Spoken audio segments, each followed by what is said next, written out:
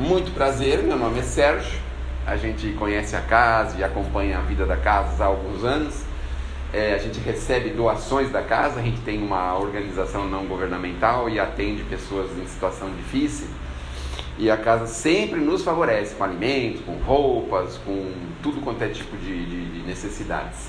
Então, queria agradecer porque direto ou indiretamente são vocês que estão ajudando a casa a me ajudar, não é mesmo? Então, muito obrigado. Salomão disse que procurou muita gente hoje para vir, mas como não encontrou ninguém, então ele falou, já que não tem ninguém para ir, então vai você mesmo hoje, quebra um galho, tá bom? Então, por favor, tá bom? Não espere muita coisa, a gente está aqui só para que a palestra aconteça. E eu agradeço muito de ser só 20 minutos, porque a gasolina é pouca, né? De repente acaba a gasolina aí nos 15, 17, pelo menos fica só uns 2 ou 3 minutos enrolando, tá certo? Bom, a gente vai falar hoje sobre a vida futura. A gente não pode tirar a máscara, né? Permaneça. Tá. Pode tirar? Pode tirar. Que bom. Muito bem, a gente tem aqueles problemas de saber o que acontece com a gente depois, do outro lado da vida. Ficamos numa dúvida tremenda. Passamos às vezes anos e anos e anos e anos duvidando, pensando, achando que não é. Ontem mesmo, um dos meus herdeiros, tenho 6 herdeiros, agora eu tenho 12 herdeiros, que eu tenho 6 filhos e agora eu tenho 6 netos. Um dos meus herdeiros estava falando assim, mas esse negócio aí de plano espiritual não tem muita lógica não, né? Porque como é que vai ser? Você vai chegar lá, tem um tal de bônus hora, que dinheiro que é esse? Então quer dizer que ganha dinheiro lá, tem que ter um comércio, tem que fazer alguma coisa? Como é que é isso? Como é que funciona isso? E muitas dessas dúvidas já aconteceu com a gente, não é? Da gente ficar assim, procurando saber, poxa vida, mas o que acontece do outro lado da vida? Nós ficamos muito nessa dúvida.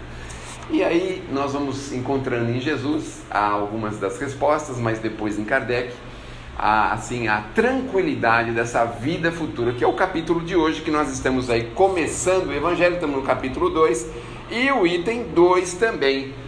Bom, o Kardec faz um estudo no Vida Futura, que é de um pedacinho de Jesus, quando ele foi preso, e aí a vida dele era um enigma, porque as pessoas queriam saber, era muito falado, muito comentado, as pessoas iam atrás dele, tudo quanto é lugar, aquela confusão, aquela coisa. E o nosso irmão estava lá, Pilatos, acho que foi Pilatos, estava lá com ele, falou assim, agora eu vou aproveitar e vou conversar com ele, né? Vamos ver, né? Aí faz umas perguntas assim, queria saber o que era verdade, queria saber se ele era realmente rei, né? Que todo mundo dizia que ele era rei, não é? Como é que é esse reinado? Aí Jesus fala assim, bom, é você que está falando que eu sou rei, porque pensa um pouco, meu irmão, porque Jesus tinha muito jeito de falar com a gente, né? Não é que nem a gente assim que fala de qualquer jeito, mas pensa um pouco, raciocina. Você acha que se eu fosse rei, o meu reinado fosse da terra, você não acha que teriam muitas pessoas aqui arrumando uma forma de me libertar? Pensa bem, meu reino não é daqui, meu reino não é deste mundo. E aí ele entrou em parafuso, porque os romanos tinham uma dúvida tremenda a respeito disso, tinham muitos deuses, e não estavam muito preocupados com isso. O negócio dos romanos era invadir, era adquirir terras, terrenos, era adquirir países, era dominar o mundo. Então eles não tinham muita preocupação com as coisas maiores da vida, com exceções, obviamente. Então ele joga essa informação para que Pilatos pudesse ficar em dúvida a respeito do mundo espiritual, óbvio, porque se o reino de Jesus fosse da terra, ele não ia se deixar ser preso, ele teria lá um séquito de pessoas para o defender, enfim, ele ia exercer o seu reinado, não é? É mais ou menos como aqueles que chegam em casa, por exemplo, neto, hoje eu estou com 2 netos lá na minha casa. Aí eles chegam lá e reinam na casa, eles tomam conta de tudo, né? Abrem gaveta, fecham porta, rasga papel, come documento, eles reinam lá, eles é que tomam conta de tudo, não é mesmo? Então, nós vamos devagarzinho entendendo que o reino de Jesus não é desse mundo. Mas aí vem a dúvida, mas que reino é esse? Como que funciona esse reino? Bom, todo mundo já deve ter ouvido falar de um livro chamado Nosso Lar, tem até filme a respeito, todo mundo já deve ter visto esse filme. Mas esse filme a gente tem lá algumas dúvidas, como teve o meu filho. Falou assim, mas como é que uma pessoa adquire uma casa lá? E depois que ela reencarna, fica para quem a casa? Como é que funciona aquele negócio de emprestar os bônus hora? Sabia que pode emprestar? Você pode emprestar, se adquire os bônus hora lá por méritos, não é? Aí você pode emprestar, falta 2.000 bônus hora para o fulano comprar uma casa, aí ele vai lá e pega os bônus hora dele, passa para o outro, né? Você olha bem para mim, viu, Sônia? Porque eu vou precisar de uns bônus hora seu lá, viu? Eu vou precisar de um seu lá, fica tranquila aí, não vai esquecer de mim.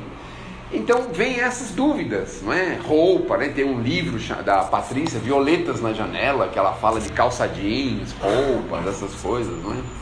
Aí vem as outras dúvidas assim, mas e os espíritos, como é que eles andam, né? Eles andam sem roupa, como é que funciona esse negócio, né? Porque desencarna, quando a gente desencarna põe no caixãozinho a melhor roupinha, mas e depois? Fica sem roupa? Como é que funciona isso? Nós temos muitas dúvidas a esse respeito, e às vezes a gente procura nem pensar nelas, porque dá uma certa aflição na gente pensar na vida após a morte, não é mesmo? Mas aí vem as respostas. Existem laboratórios divinos e uma coisa que é interessante: o espírito não precisa se apresentar com roupa, porque ele tem uma luminosidade. Olha só, nós temos características. Vamos para o que interessa, chega de conversa fiada. Os espíritos têm características luminosas, musicais e odoríferas. Olha que coisa interessante. Nós temos características. Então nós temos características luminosas. É claro que nós nos dispomos também no mundo espiritual de laboratórios que muitas vezes moldam o estilo que nós usávamos no momento que nós achamos o mais interessante, onde nós éramos mais conhecidos, para nos apresentar em determinadas ocasiões dessa forma. Então, de vez em quando aparece, para quem é médio, vê lá um espírito com um charuto, com, como é que chama aquilo, né? Cachimbo, vê com bengala, chapéu. Eles aparecem dessa forma, mas isso através de um laboratório divino que fornece essas possibilidades, não é? Bom, então nós precisamos ter absoluta certeza de que a Terra não é o tudo, não é o definitivo. Nós estamos na Terra, nós não somos da Terra. Isso é muito importante, porque senão a gente fica pensando, meu Deus do céu, como é que vai fazer? Eu já estou com 60 anos, nem consegui comprar meu apartamento, como é que você, meu Deus do céu, não é? E na verdade nós não precisamos de nada disso. No fundo, nós estamos aqui aperfeiçoando possibilidades morais, e é nisso que nós temos que nos focar. Renovação interior. Nós precisamos olhar para dentro de si e pensar o que dá para tirar daqui, o que dá para fazer com isso, como é que fica o nosso orgulho, nossa vaidade, ai meu Deus do céu, a nossa sovinice, essas coisas, esses defeitos morais que nós trazemos, esses problemas morais. Então nós temos que olhar para dentro de si para desentranhar de nós e trabalharmos essas imperfeições, porque deve ser muito difícil para a gente chegar no plano espiritual e aí ter que se deparar com uma série de questões que nós poderíamos muito bem ter tratado aqui e não tratamos, relegamos, deixamos, abandonamos. Então a ideia básica é essa: existe essa vida futura, óbvio que existe. Nós não somos só o que somos, nós somos muito mais do que pensamos. Somos, por assim dizer, nas palavras de André Luiz, somos herdeiros do universo. E como herdeiro do universo, já pensou a gente ficar lá com aquelas picuinhas assim, por exemplo, assim, lá na minha casa, por exemplo, tem uma cadeirinha que eu trago ela desde quando eu tenho 5 anos. Aí você chega no plano espiritual e fala, cadê minha cadeirinha? Quando eu tinha 5 anos tinha essa cadeirinha, meu Deus do céu. Aquele carrinho, aquela boneca, sabe? Aquelas coisas. Graças a Deus que a gente já abandonou isso, não é? Mas nós temos os brinquedos modernos. Olha os brinquedos modernos que nós temos. Quais são os brinquedos modernos? Carro, não é? O celular, a casa não sei aonde, os brinquedos modernos. Será que nós vamos nos apegar tanto a isso e isso vai nos prender? Olha, isso não é uma dificuldade não, sabe? Que os espíritos falam pra gente. 80%. Vejam só, 80% de nós que estamos aqui encarnados, continuamos aqui, mas a gente não consegue sair daqui. Aí de repente você acorda e fala, meu Deus do céu, o que aconteceu comigo? Ai, que bom que estou me sentindo bem agora. Se sente bem, respira bem, anda bem, está tudo bem. Só que começa a ter problema, né? Começa a ter problema porque as pessoas não nos enxergam, não nos escutam, mas a gente está lá no mesmo, né? As mesmas coisas, voltam para casa, aí tem aquelas dificuldades que a gente não consegue entender porquê. Mas aí, por exemplo, nós temos os nossos irmãos judeus. Eles, quando desencarna alguém em família, eles fazem uma reza, acho que por 7 dias, todos os dias, no mesmo horário, por 7 dias, tem lá um grupo de pessoas que fazem essa reza, e no último dia, olha que coisa curiosa, o grupo sai, abre a porta de casa, sai na rua e dá uma volta no quarteirão, olha só.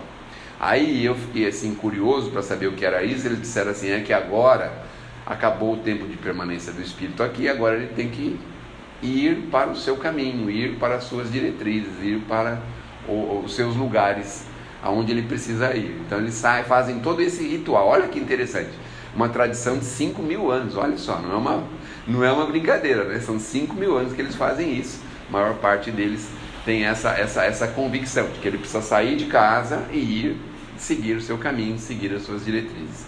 Então nós precisamos nos informar, criar condições para que a gente possa devagarzinho ir somando as nossas possibilidades, os nossos conhecimentos, tirando as minhoquinhas da cabeça, colocando em nós os tijolinhos, construindo ao nosso redor as nossas convicções.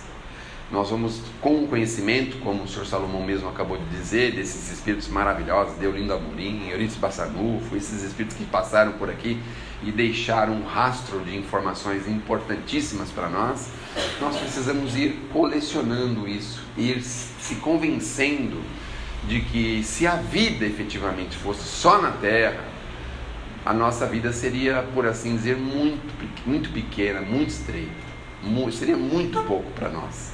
Então, nós já conseguimos entender de que nós somos imortais. Isso é uma das coisas mais bonitas que nós temos na doutrina, porque a doutrina vai mostrando para a gente essa imortalidade. Ao longo do caminho, a gente vai percebendo que realmente isso é uma coisa que não dá para negar. Aliás, nós estamos aqui para tirar, né, a dúvida da imortalidade, na verdade. Nós estamos aqui porque a imortalidade está nos chamando, querendo nos despertar para a nossa imortalidade, para o nosso futuro. E aí nós vamos devagarzinho compreendendo, entendendo isso, vai criando na gente uma força que vai nos colocar numa condição de absoluto entendimento a respeito do assunto. Não basta só a crença. Acreditar é uma coisa assim subjetiva, né? Então alguém pergunta para ele, você acredita em Deus, por exemplo? Eu não acredito em Deus, eu tenho certeza. Você acredita na vida após a morte? Eu não acredito na vida após a morte, tenho certeza da vida após a morte. E aí a gente vai costurando, né, coisinhas pequenininhas no nosso dia a dia, se vocês pensarem bem, a gente vai costurando. Sabe aquele sonho que você teve com aquela pessoa que já desencarnou, era tão nítido. Nossa, você teve um sonho onde você vivia numa situação que você tem tanta familiaridade com aquilo, meu Deus do céu. Você muitas vezes sente aquela aproximação gostosa de uma pessoa que já se foi. Olha como nós vamos ajuntando as coisas, não é? Então não é só uma questão de acreditar ou deixar de acreditar, nós vamos devagarzinho nos convencendo dessa imortalidade. E aí nós vamos pensando, poxa vida, teremos novas oportunidades, repetidas oportunidades, estamos vivendo essas oportunidades. Aliás, nós já estamos vivendo a nossa imortalidade. Não temos que esperar desencarnar para começar a imortalidade. Nós já estamos vivendo um pedacinho dela, não é? Um pedacinho encarnado, outro pedacinho desencarnado, e nós vamos indo assim, encarnado, desencarnado, até que chega o ponto do momento completista. Já ouviram falar do espírito completista? O espírito completista é aquele espírito que não precisa mais reencarnar na Terra. ele reencarnou aqui pela última vez, não precisa mais. Tem um desses aí que nós conhecemos pelas palavras do Chico, que se chama Albino Teixeira, espírito completista. Outro conhecidíssimo aí do nosso meio, Bezerra de Menezes. Já ouviram falar que ele foi convidado aí para outros planetas, outros mundos, e ele renunciou, quis continuar com a gente, nos amparando, nos auxiliando, um espírito completista. Então nós estamos trabalhando para chegar a este ponto, mas para chegar nós precisamos começar a introspectar, olhar para dentro de si e pensar aonde nós podemos e devemos modificar, o que é que nós precisamos mudar. A gente vai buscando essas informações dentro de nós. Então é assim, se somos muito rebeldes, malcriados, maledicentes, se nós ainda temos vontade, eu tenho ainda, viu, essas vontades, assim, com muito amor, não é? De pegar alguém pelo pescoço, assim, com muito amor, tem essas vontades. De vez em quando, a gente que milita com criança, não é? 60 crianças, 80 crianças, sem nenhum tipo de educação básica, nada, né? Aí de vez em quando a gente fica com essa vontade, mas ela passa, graças a Deus que ela passa, né? Então a gente vai trabalhando em nós, não é? Quando a gente só consegue ver as coisas erradas dos outros, quando a gente quer corrigir o mundo, já viu aqueles que querem corrigir o mundo, assim? Então você está andando na rua, na calçada, assim, você vê um carro fora da linha do estacionamento, ai, estacionou errado, acho que eu vou esperar ele aqui para falar que ele tem que parar mais perto da guia, quer consertar o mundo. Nós somos assim, não é? Queremos consertar. Aí tem alguém sentado lá no banco do idoso no ônibus, a gente quer consertar o mundo, opa, aí não é o seu lugar, vai para o seu lugar. Quer consertar, e os filhos então, a gente quer consertar os filhos, o marido, a esposa, não é? Quer consertar, tá tudo tão gostoso, mas você aumentou, parece que aumentou um pouquinho o sal, vagabundo, por que você não fez as coisas, né? Fica reclamando dos outros, quer consertar o mundo, nós temos esse costume, olha como nós somos, não é assim? Então a ideia é que a gente procure observar aonde nós podemos nos consertar. É uma tarefa difícil, não é fácil, viu? Porque a todo instante a gente está vendo coisa errada dos outros, não é mesmo? Agora ainda com rede social, Deus que me livre, meu, as pessoas estão se expondo, não é? Então assim, aí a pessoa de repente ela fala uma coisa, fala, meu Deus, como é que uma pessoa fala uma coisa dessa? Quer consertar o mundo, né? O comportamento das pessoas, quer consertar o comportamento das pessoas. Vocês já pensaram num amor profundo do Criador por nós aqui na Terra? Já pensaram desse amor? Tem tanto amor por nós. A gente de vez em quando vai na Fundação Casa para procurar aprender um pouquinho com os meninos lá as coisas, né? E aí você fala para eles assim, olha, Deus tem tanto amor pelo filho que ele permite, tem as leis de Deus, permite, você pega uma arma e desfera um projétil. Pelas leis da criação é permitido. Olha só, tem tanto amor, nos dá tanto amor e tanta liberdade que a gente pode chegar até fazer isso. Mas existem leis que reagem diante de uma ação, óbvio, não é mesmo? Agora, com a doutrina espírita, nós estamos começando a compreender um pouquinho disso, porque as pessoas faziam as coisas, tem até na nossa literatura, né? Apronta a encarnação inteirinha, chega no fim da encarnação, chama lá o representante religioso, passa umas escrituras para ele, transmite algumas coisas para a casa religiosa dele e pensa que está tudo certo. Aí ele te dá também uma escritura do terreno do outro lado da vida, né? A gente pensa que resolve assim, mas com a doutrina fala assim, olha, vai andando o melhor possível, não fique achando, né, que isso, que você não vai precisar corrigir-se, que isso está tudo certo, está tudo bem. Não está tudo bem, porque se alguém fizesse o que você está fazendo, a pessoa reagiria. Seria bom para essa pessoa, seria bom para a pessoa saber o que você está fazendo. Então devagarzinho a gente vai acertando. Essa é a proposta da doutrina para nós, para a gente acertar-se. Claro que a gente não pode fazer isso de um dia para o outro, mas normalmente o nosso hábito é querer acertar o outro primeiro antes do que nós, não é mesmo? Aliás, outro dia eu estava pensando numa coisa, falei, puxa vida, podia propor para o governo assim, pedir assim nos bares, naqueles happy hours, que pusesse uma câmera assim, gravasse, Porque naquela mesa ali a gente resolve todos os problemas de time de futebol, de governo, de guerra, de tudo a gente resolve. Não, ele podia pegar as tropas dele e ir para trás, de trás para frente, frente para trás. O governo devia pegar isso aqui, fazer aqui, aquilo ali. O time podia ter mudado, o técnico errou, escalou aquele camarada lá errado. A gente tem solução para tudo, para os outros, né? Mas e para nós? A gente tem coragem de olhar para dentro de nós mesmos? Como é que estão os nossos olhinhos, as nossas mãozinhas? Estamos operando bem? Ou elas estão assim meio paradinhas, atrofiadinhas? A gente só fica assim, né? Naquele jeitinho assim. Para que serve isso aqui, né? Para contar o dinheiro, né? Só para isso, não é? Será que a nossa mãozinha está operosa? Porque nós já estamos vivendo um pedacinho da nossa imortalidade. Daqui a pouco nós vamos para o plano espiritual. Eu falo assim, bom, o que você sabe fazer? Para o André Luiz, o super médico infectologista, eu podia te ajudar aqui, já estou me sentindo muito bem. E aí, o que deram para ele? Uma vassoura. Para o super médico da terra. Lá no filme aparece uma pessoa que estava agradecendo ele, aquela pessoa, 6.000 pessoas foram atendidas por ele, imagine só, ele tinha feito alguma coisa, e lá ele tinha que recomeçar com uma vassoura. Será que nós estamos dispostos a recomeçar com uma vassoura, com uma buchinha de detergente? Lá em casa eu já sou muito esperto, sabe o que eu faço? Eu fico lá na sala olhando. Quando eu vejo que tem pouquinha louça, eu corro lá e lavo. Para as pessoas verem que eu estou fazendo alguma coisa, certo? Para dar o exemplo, né? Quando a pia está muito cheia, eu invento alguma coisa para sair, para ir a algum lugar, para fazer alguma coisa. Mas será que a gente já está disposto a fazer alguma coisa nesse sentido? Será que a gente está disposto a se preparar para esta vida futura? Imagine. Já pensaram se a gente chega do outro lado da vida? Primeira coisa, entrevista com Jesus. Primeira coisa, meu Deus do céu, entrevista com Jesus. Aí, tem que ser muito rápido, meu filho. É um pedido só. Qual seria o nosso pedido? Já pensaram nisso? Meu Deus do céu, tem que ser rápido, tem que ser rápido.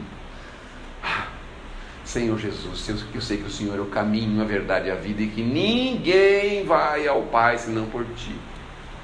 Será que o Senhor poderia pegar a minha sogra, que desencarnou junto comigo, no mesmo acidente, e colocar ela do outro lado do buraco negro do universo, que eu não quero mais encontrar com ela? Será que seria crível fazer esse pedido para Jesus? Vai falar, meu filho, vocês estão brigadinhos. Vou colocar vocês na mesma família. Um vai nascer do outro. Olha só. Já pensaram? Por isso que a gente tem esses problemas, né? Não se dá com um, com o outro. Mas a gente foi muito pior. Essa antipatia já foi pior. Agora está melhorando. Devagarzinho está melhorando. Daqui a pouquinho vai ser tão boa, mas tão boa, que a gente vai querer ficar junto com a pessoa o tempo todo. Vamos passear. Vamos na casa espírita? Vamos.